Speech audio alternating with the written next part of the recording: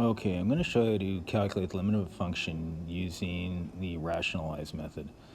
So again, we can see here we got this function square root of x plus 1 minus 1 over x, and the limit has to approach 0 because it can't equal 0. If I substitute 0 in here, I'm going to get an undefined function. So again, it's really important that we know where all the trouble was coming from. All the trouble is coming from that x in the denominator. So that's what I'm going to hope that I can cancel out when I go through this technique. Now, when you're rationalizing, you can rationalize either the numerator or denominator, and a clue that it's eligible is if you see the radical symbol, or square root, whatever you like to call it, and you can see I see it there in the numerator.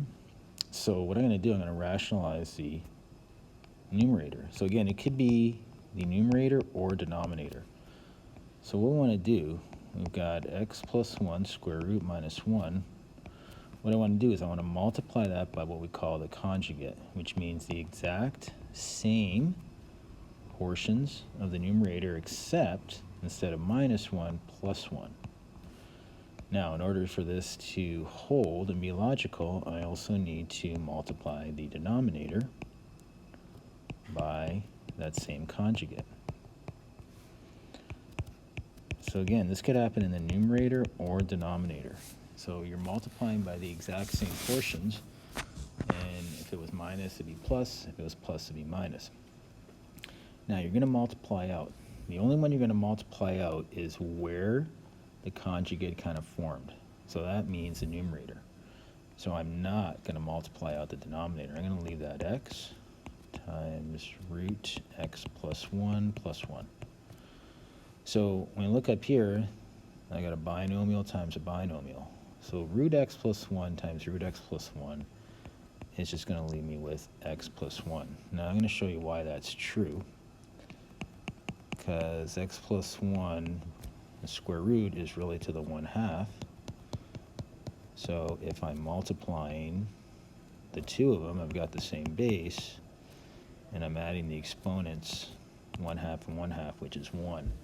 Some people just say they cancel out, but you need to know why they cancel out, and it's really because you're doing a multiplication exponent law, the same base. All right, so then I'm going to take root x plus 1 times 1, which I'm going to write down. It's going to be plus root x plus 1, and then minus root x plus 1, which will be minus root x plus 1, and then of course minus 1 times 1, which is minus 1. Now this is the whole point of rationalizing and multiplying by the conjugate. You can see here that these two terms are going to cancel out. That's what happens when you multiply by the conjugate. The middle two terms cancel out. So all I'm left with is x plus 1, which was here, and then that minus 1 at the end. So again, I did it in full there. That's always going to happen if you do your conjugate properly. So a lot of times I don't even write the middle term in because I know I set it up correctly to cancel out. But going through it the first time, you should see why it does cancel out. Now, anytime you do any kind of multiplying out, any kind of simplifying that's going to happen, you need to take a look and see, did I simplify it fully? Now, I'm taking a look right here. That's 1 minus 1. So I'm going to cancel that out. I don't have to write it again. I can just erase it. Now, remember back here where I said that x was the troublemaker?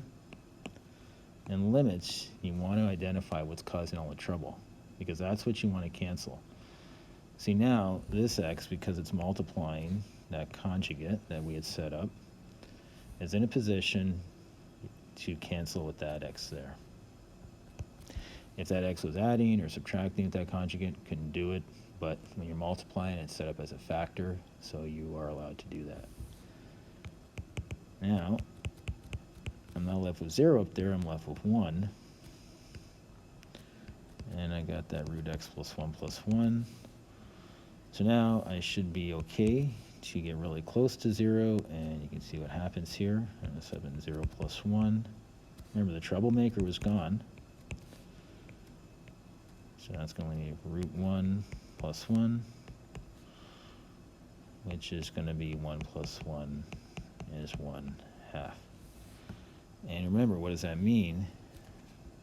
Is that as x approaches 0, can't equal 0, this function, but gets really, really close to 0 from the left and to the right, the value of the function is 1/2 on both sides. Okay, we'll see you in the next video.